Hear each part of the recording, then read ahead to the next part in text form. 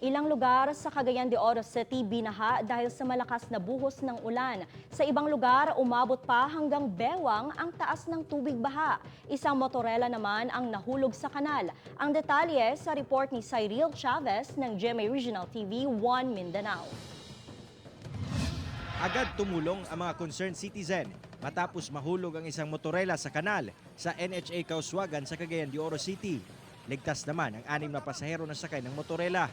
Napag-alaman na hindi napansin ng driver ang kanal dahil mataas ang tubig baha sa kalsada. Hanggang bewang naman ang taas ng tubig baha sa isang bahagi ng Apubel Subdivision sa Barangay Patag, Cagayan de Oro City. Bunsod ito ng pagbuhos ng malakas na ulan Martes ng hapon. Sa kuhang video ni Jason Suganob, makikita ang pag-atras ng isang sasakyan dahil sa baha. Pero ang ibang sasakyan, pinilit pa ring suungin ang tubig baha. Sa larawan na in-upload sa social media ni Abigail, makikita ang mga na-stranded sa Bulwa Kauswagan Highway.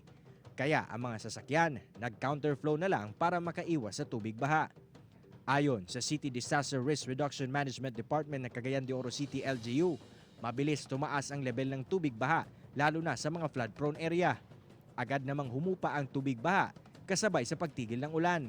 Karon yun, wet season, always bring atong mga rain gears para po dito mapurwisyo inig abot sa ulan. And paminaw sa mga abiso, especially sa itong mga motorista, with regards to the alternative routes. Ayon sa Pag-asa, ang mga pag-ulan ay bunsod ng localized thunderstorms. Ako, si Cyril Chavez para sa GMA Regional TV.